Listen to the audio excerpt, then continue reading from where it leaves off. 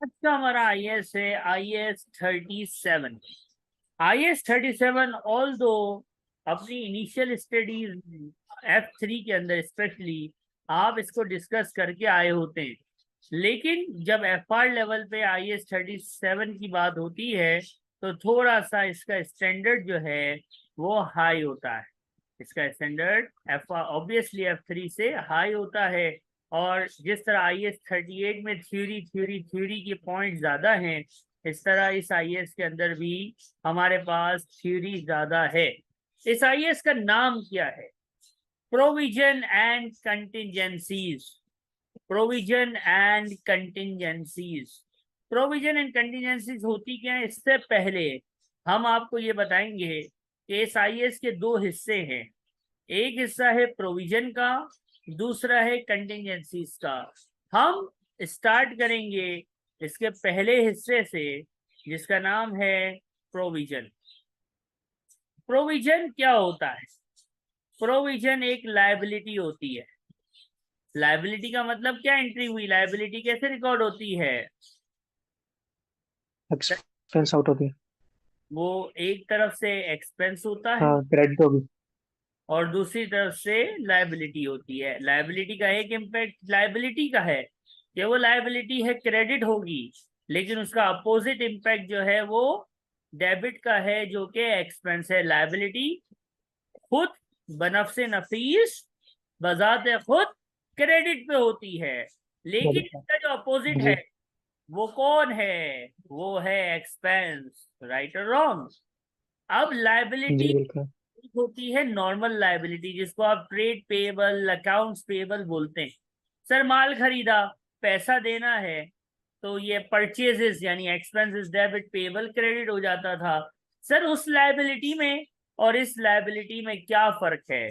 तो लायबिलिटी क्या होती है, देखो, लायबिलिटी नॉर्मल अगर आपसे कोई पूछे ना कि लायबिलिटी की डेफिनेशन क्या है, तो उसको बोलना भाई लायबिलिटी वो होती है जो पास्ट की हरकतों को फ्यूचर में निभाने का नाम है। ये क्या बोला सर आपने? पास्ट की हरकतों को फ्यूचर में निभाने का नाम है? क्या मतलब हुआ इसका? तो इसका मतलब यह है कि पास्ट में कोई हरकतें की होंगी, पास्ट में कोई काम किया होगा, पास्ट में आपने कुछ किया होगा, जिसकी वजह से प्रेजेंट में आपके ऊपर ऑब्लिगेशन है कि फ्यूचर में आप इसको पे ऑफ करेंगे। मतलब नॉर्मल सिनेरियो में हमने पास्ट में उधार पे माल खरीदा था, प्रेजेंट में हम पे ये रिस्पॉन्सिबिलिटी है कि वी हैव टू पे ऑफ, और फ्यूचर में इंशाल्लाह हम इसको पे करेंगे।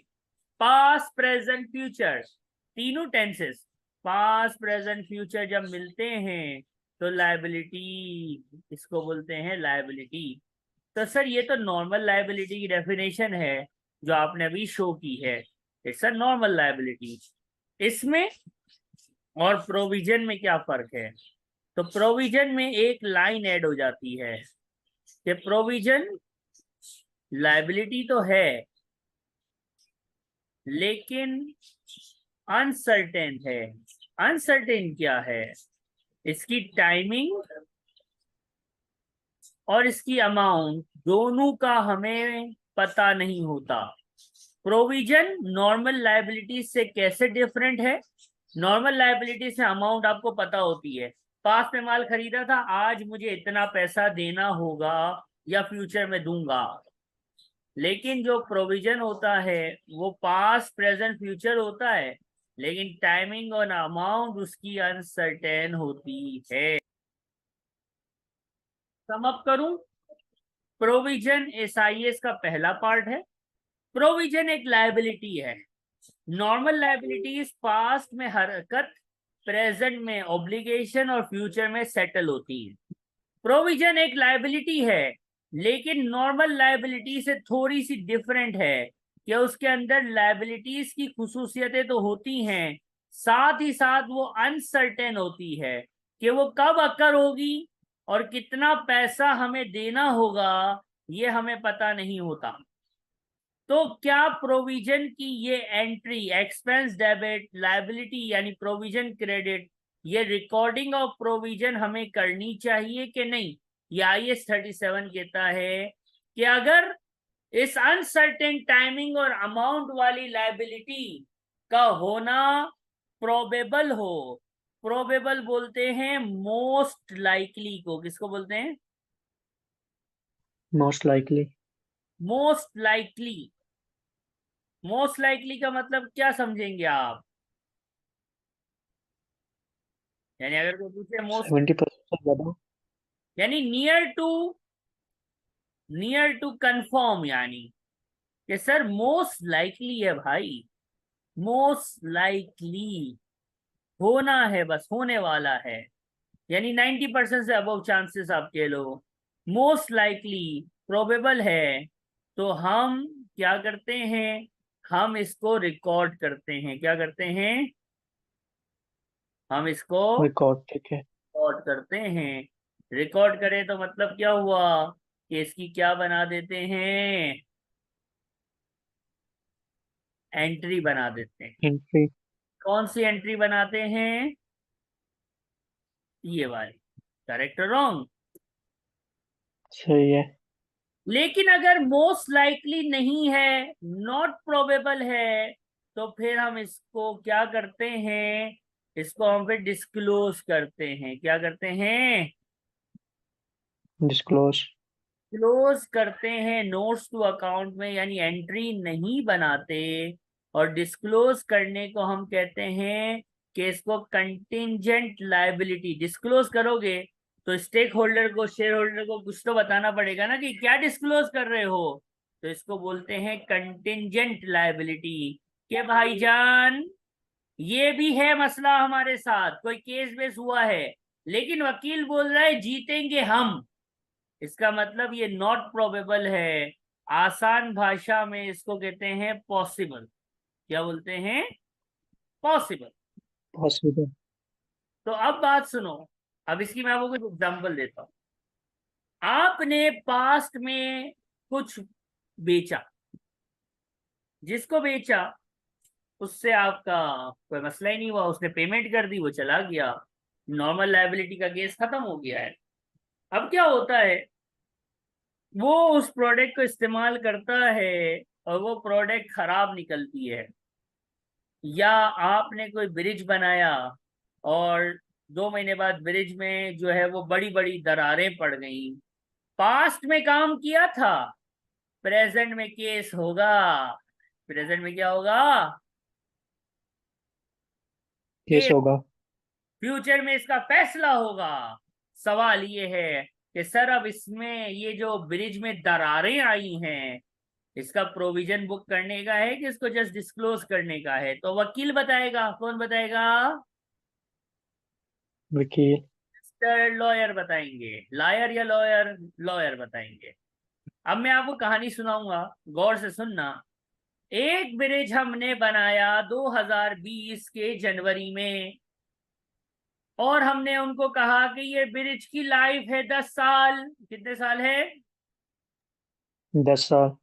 1 साल के बाद जनवरी 2023 में ब्रिज के अंदर से बड़ी बड़ी बड़ी बड़ी दरारें पड़ना शुरू हो गई। गवर्नमेंट की उस अथॉरिटी ने, जिसने आपको ठेका दिया था, उसने आप पे सू फाइल कर दिया, केस कर दिया। अब आपके वकील ने कहा, मिस्टर मिस्टर कॉन्ट्रैक्टर, तू तो गयो, तूने ये क्या रेती बजरी में 2 नंबरी की है? ये पाकिस्तान थोड़ी था, ये इंडिया थोड़ी था, ये बांग्लादेश थोड़ी था कि मिलावट वाले माल पे तू बना देता। ये यूके है, फंस गया, तू गया। पता नहीं इतने $1 मिलियन देने पड़ेंगे तेरे को, और ये ब्रिज भी सही करके देना पड़ेगा। मुझे बताओ, ये जैसे ही लॉयर ने बोला अभी फैसला आएगा 2 महीने बाद, 6 महीने बाद, 1 साल बाद, 5 साल बाद, वॉट एवर, कभी भी आएगा। वकील का कहना इज मोस्ट लाइकली कि ये हमारा आउटफ्लो है। राइट और रॉन्ग? तो हम इसका जी। आज की तारीख में एक्सपेंस बुक कर लेंगे और लायबिलिटी रिकॉर्ड कर लेंगे। अदालत के फैसले आने का इंतजार नहीं फरमाएंगे। बात समझ आ रही है? जी। एक और सिनेरियो है, एक और कहानी है। आपने एक ब्रिज बनाया जनवरी 2021 में, आपने कहा 50 साल ब्रिज चलेगा। सुभान अल्लाह व बिहम्दिही, सुभान अल्लाहिल अज़ीम, माशाअल्लाह। 50 साल ब्रिज की लाइफ है। 2 साल के बाद ब्रिज में बड़ी बड़ी बड़ी बड़ी दरारें पड़ना शुरू हो गई। वकील साहब आए और वकील ने कहा, प्यारे कोई मसला ही नहीं है, कोई मसला ही नहीं है, कोई केस बेस गवर्नमेंट नहीं जीतने वाली, केस अपने ही जीतेंगे। ब्रिज में बड़ी बड़ी बड़ी बड़ी दरारें पड़ गई हैं। 50 साल आपने गए था कि 50 साल ब्रिज को कुछ नहीं होगा, पर 2 सालों में ब्रिज में वो पिछले वाले ब्रिज से भी बड़ी बड़ी दरारें पड़ गई हैं। और वकील बोलता है टेंशन लेने का नहीं है, जीतेंगे अपने ही। तो आप उसे पूछोगे ना कि भाईजान तबीयत सही है? क्या पूछोगे? सही है। तबीयत सही है? दरारें पिछले वाले से बड़ी बड़ी दरारें, पिछले वाले में तूने मरवा दिया था कि हार गए, पाकिस्तान नहीं है, इंडिया नहीं है, इतना बड़ा दर्ज दिया था। अभी मैंने अच्छा मटेरियल सब कुछ सेट किया है, फिर दरारें पड़ गई हैं, तू बोलता है नहीं अब टेंशन नहीं है। तो वकील बोलता है कि बेटा देखो, आपने जो गवर्नमेंट को हैंड ओवर किया था ना, उसमें कॉन्ट्रैक्ट में लिखा था कि इस ब्रिज के ऊपर ट्रक नहीं चलाने के, इस ब्रिज के ऊपर लोडेड गाड़ी नहीं चलाने की, इस ब्रिज पे इतने केजी वजन से ज्यादा का ट्रांसपोर्ट अलाउ नहीं होगा। गवर्नमेंट ने ये हैवी ट्रक्स के लिए खोल दिया था। इसमें बड़े बड़े बड़े बड़े बड़े बड़े ट्रक्स चले थे, इसकी वजह से दरारें पड़ी हैं। तो तू टेंशन ना ले, केस तू ही जीतेगा, केस तू ही जीतेगा। तो इससे क्या हुआ? अब मुझे बताओ, अब मुझे बताओ, क्या अब टेंशन की बात है? नहीं। तो क्या अब इसको मैं अब प्रोविजन, एक्सपेंस या लायबिलिटी रिकॉर्ड करूं? नहीं नहीं, इसको नहीं। जस्ट क्लोज करूंगा अपने प्यारे मोहतरम शेयर होल्डर्स को कि ए शेयर होल्डर्स, मेरी कंपनी में केस हुआ है, मुबारक हो। मेरी कंपनी में क्या हुआ है? शेयर होल्डर हो, मेरी कंपनी में केस हुआ है, लेकिन टेंशन लेने का नहीं। वकील साहब ने इन ग्राउंड्स के ऊपर हमें कहा है कि आउटफ्लो ऑफ इकोनॉमिक बेनिफिट्स यानी पेमेंट, सूट फाइल का, केस का हर्जाना, I am least likely to pay, यानी इस पॉसिबल यानी प्रोबेबल नहीं है, जीतूंगा मैं नहीं होगा। हाँ कुछ उल्टा सीधा हो जाए तो ठीक है, लेकिन नॉर्मल सिनेरियो में मैं ही जीतूंगा केस। तो इस केस में फिर प्रोविजन रिकॉर्ड नहीं होता। और आप शेयर होल्डर्स को नोट्स टू अकाउंट में जैसे कि इंफॉर्मेशन पास ऑन कर देते हैं कि भाई ये चल रहा है, लेकिन टेंशन नहीं है, जीतेंगे अपने। ये है प्रोविजन की कहानी, हमारी जबानी। इसमें कोई तकलीफ?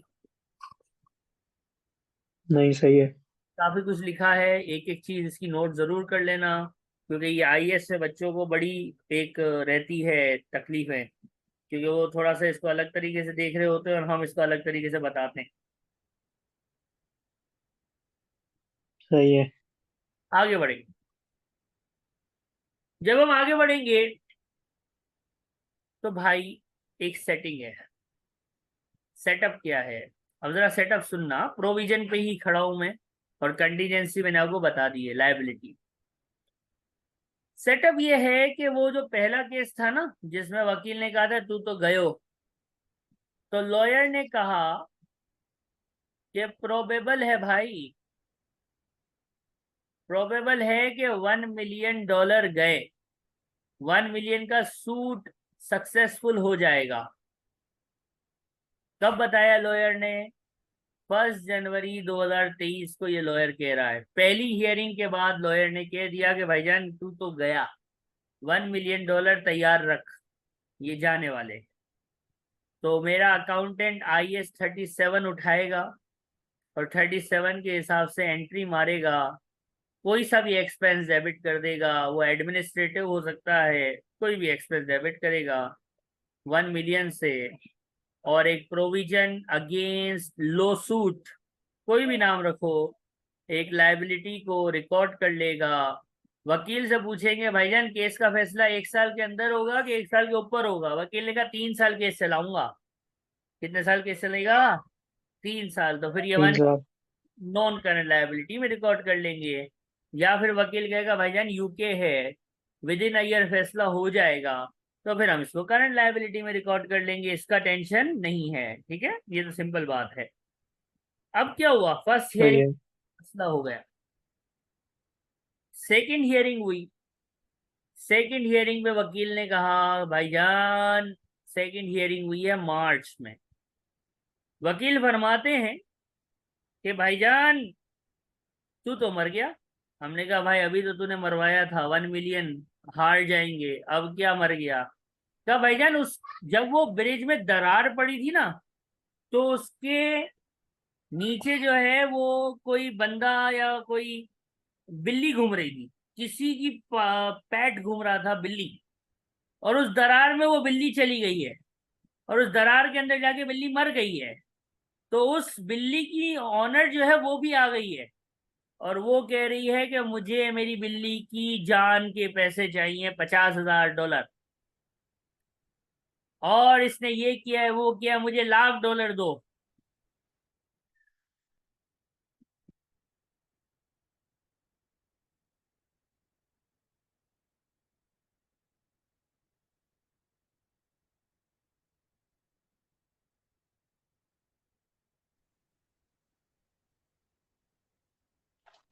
आवाज आ रही? जी अब आ रही। राज साहब ने क्या सुना, बिल्ली की ऑनर आ गई है और कितने पैसे मांग रही है? 50,000।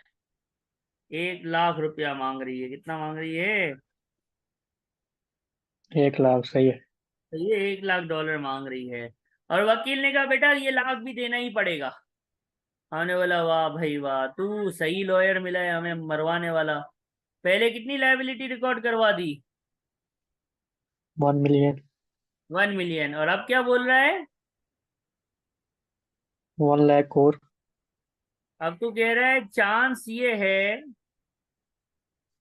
कि मजीद कितना जाएगा, 1 लाख। यानी 1.1 मिलियन का आउटफ्लो होगा। केस हारने में और बर्बादी हो गई है, केस के दौरान और बर्बादी मुकद्दर हुई है। तो अब मेरा अकाउंटेंट क्या करेगा? उसने लायबिलिटी कितने पे रिकॉर्ड की हुई है? 1 मिलियन पे। तो 1 मिलियन से लायबिलिटी को 1.1 मिलियन पे लाने के लिए कितने से बढ़ाना पड़ेगा? 1 लाख से। एक्सपेंस डेबिट, लायबिलिटी यानी प्रोविजन क्रेडिट, इसको कहते हैं इंक्रीज इन प्रोविजन। ये बैड डेट्स का चैप्टर हल्का फुल्का याद आ रहा होगा बचपन में, जो F3 में पढ़ा था कि प्रोविजन लायबिलिटी बुक होने पे फाइनल नहीं होता, it can increase as well, जो कि आपके सामने अभी एग्जांपल मैंने दी। फिर क्या हुआ? फिर ये हुआ कि एक और हियरिंग हुई। एक और हियरिंग होती है 30 जून 2023 को। इसमें वकील आपके पास आता है और कहता है कि यार वो जो बिल्ली वाली आंटी थी ना, उनका इंतकाल हो गया, तो वो ₹1,00,000 का जो क्लेम था ना वो तो खलास, यानी बिल्ली की ऑनर मर गई तो ₹1,00,000 बच गए, करेक्ट? जी। ₹1,00,000 वाली आंटी तो मर गई, और गवर्नमेंट की भी कुछ गलतियां नजर आ रही हैं ये कॉन्ट्रैक्ट के अंदर, कि गवर्नमेंट की तरफ से भी कुछ जो है वो प्रॉब्लम मैंने पकड़ ली हैं। और I am now sure, I is probable कि आपका जो पैसा डूबेगा ना, वो डूबेगा 7.5 लाख। देना तो आपको पड़ेगा क्योंकि आपने गड़बड़ तो की है, लेकिन मैं लॉयर हूं आपका, मैंने सेटिंग बिठा दी है, मैंने बहुत ज्यादा लूप होल्स निकाल लिए हैं। और अब आपको कितना देना पड़ेगा? 7.5। तो 7.5 लाख देना पड़ेगा। दोबारा से अब लायबिलिटी को, प्रोविजन को एडजस्ट करो। कैसे एडजस्ट करेंगे? हमारा अभी प्रोविजन कितने पे खड़ा हुआ है? 1.1। 1.1 पे खड़ा है। 1 मिलियन था, लाख से बढ़ाया 1.1 पे खड़ा है। अब ये कितना आना है, कितने पे आना है? 7.5। तो कितने से कम करना है? 3.5। तो कम कैसे करूं? प्रोविजन लायबिलिटी है, डिडक्ट कर। डेबिट पे कम होती है, और एक्सपेंस भी कम कर दूंगा। एम आई राइट और रॉन्ग? जी बिल्कुल। ये है हमारे पास प्रोविजन की कहानी, हमारी जुबानी। ये प्रोविजन पूरा होता है, इसमें कोई तकलीफ? नहीं, सही है। इसको भी देख लीजिएगा, ये एग्जाम्पल बड़ी इंपॉर्टेंट है। सही है। अब हैंडआउट से कुछ थ्योरी, ये पूरी कहानी है। अब थोड़े हैंडआउट्स को रिव्यू कर लेते हैं कि थ्योरी वगैरह हम देखें। ये प्रोविजन क्या होता है, ये यहाँ लिखा है। प्रोविजन में पैसा जो है एंट्री बनाते वक्त ये जरूरी है कि अमाउंट रिलायबली मेजर हो। अनसर्टेन जरूर है, कंफर्म नहीं है, कंफर्म नहीं है, अनसर्टेन जरूर है, लेकिन कुछ ना कुछ अमाउंट रिलायबली पता है। 1 मिलियन था, फिर 1.1 हो गया, फिर 7.5 लाख। अनसर्टेन ये है कि बदल रहा है, कभी 1 है तो कभी 1.1 है तो कभी 7.5 लाख है तो कभी क्या है तो कभी क्या है। और कब फैसला होगा ये भी हम श्योर नहीं है। वी आर नॉट श्योर कि 1 साल में होगा, 6 महीने में होगा। अभी तक 3 हियरिंग हो गई थी। हो सकता है जज का ट्रांसफर हो जाए, हो सकता है कोई और मसला हो जाए, हो सकता है गवर्नमेंट चेंज हो जाए, तो पता नहीं है फैसला कब होगा। अनसर्टेन टाइमिंग है। अमाउंट अभी 3 महीनों में 3 अमाउंट्स आ गई, अमाउंट का भी पता नहीं है। लेकिन ये पता है रिलायबली कि कुछ ना कुछ जाना तो है, और हर हियरिंग पे अमाउंट आ रही है, नई अमाउंट निकल के आ रही है। ऐसा नहीं हो रहा वकील ये आगे नहीं बोला सानू कुछ नहीं पता है कि कितना जाएगा जी, वकील ऐसा नहीं बोलता है। तो फिर खैर हो गई है। बात समझ आई है? जी। अब यहाँ पे ये कहते हैं कि liability is an obligation. Liability क्या होती है? ऑब्लिगेशन। ऑब्लिगेशन दो तरह की होती है, ये सिंपल डेफिनेशन है अकाउंटिंग की, F3 लेवल की। एक होती है लीगल ऑब्लिगेशन, एक होती है कॉन्ट्रेक्चुअल ऑब्लिगेशन। ये F4 लेवल की, सॉरी F3 नहीं। F4 में आप जब लॉ ऑफ कॉन्ट्रैक्ट पढ़ते हो ना, तो वहां पे होता है कॉन्ट्रैक्ट या एग्रीमेंट, दो तरह का होता है, एक लीगल और एक होता है कंस्ट्रक्टिव। लीगल ऑब्लिगेशन ये होती है कि आप कोई कानूनी चीज को तोड़ देते हैं तो आपके ऊपर लीगल ऑब्लिगेशन आती है। और कंस्ट्रक्टिव ये होती है कि आपने किसी कस्टमर से कोई एग्रीमेंट किया था, खुद उस एग्रीमेंट में आप पड़े थे और आपने उस एग्रीमेंट को तोड़ा है, तो वो कंस्ट्रक्टिव ऑब्लिगेशन होती है। गवर्नमेंट के साथ आपका कोई ताल्लुक है, जैसे कि फॉर एग्जांपल यूं कह लो कि आपने किसी को चमाट मार दी, उसने जाके केस कर दिया। सही है, ये केस इस तरह के होते हैं। अब क्या होता है, इसको देखो, जी। तो इसको मैं और आसान करूं। आपने किसी को माल बेचा, खराब माल बेच दिया, उसने केस कर दिया। ये क्या है? ये कंस्ट्रक्टिव ऑब्लिगेशन है। ये क्या है? कंस्ट्रक्टिव, आप खुद उस एग्रीमेंट का हिस्सा बने हैं। और लीगल क्या होती है कि आपने कोई कानून वगैरह तोड़ दिया, आपने कोई क्या कर दिया, कोई कानून या लॉ तोड़ दिया आप। तो फिर वो कौन सी ऑब्लिगेशन कहलाती है? लीगल। सही है।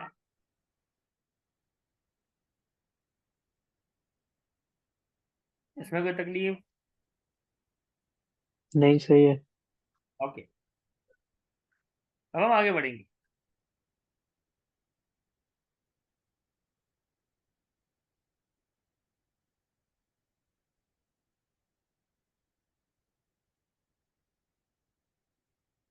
अब कुछ क्वेश्चंस हैं छोटे छोटे, मैं इनको वन नोट पे लेता हूँ, फिर हम इसको करते हैं।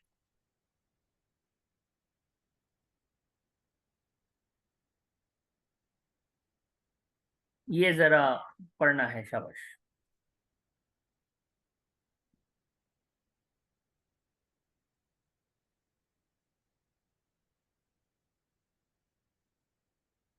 जरा पढ़िएगा।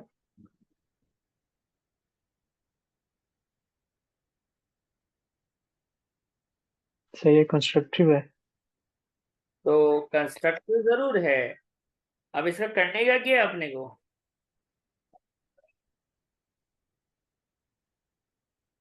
प्रोबेबल है, अगर वो डिससेटिस्फाई होगा तो उसको देनी पड़ेगी।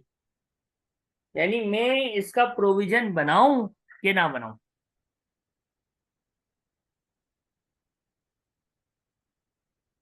हुआ ये, सेटिंग क्या हुई, मैंने एक पॉलिसी बनाई, कस्टमर डिससेटिस्फाई होगा तो मैं उसको रिफंड करूंगा। अब रिफंड करूंगा तो ये लीगल, गवर्नमेंट ने तो मुझे नहीं कहा था ना ये पॉलिसी बनाओ, नहीं। अपने हाथों से अपने आप को मरवाया है मैंने, करेक्ट। जी। तो ये कंस्ट्रक्टिव ऑब्लिगेशन है, पहली चीज हो गई, ऑब्लिगेशन तो है, पॉलिसी बन भी गई है।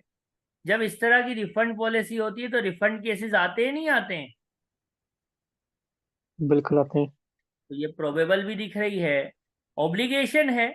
ऑब्लिगेशन का मतलब क्या है, ये लायबिलिटी है, ऑब्लिगेशन है, लायबिलिटी है, प्रोबेबल भी है।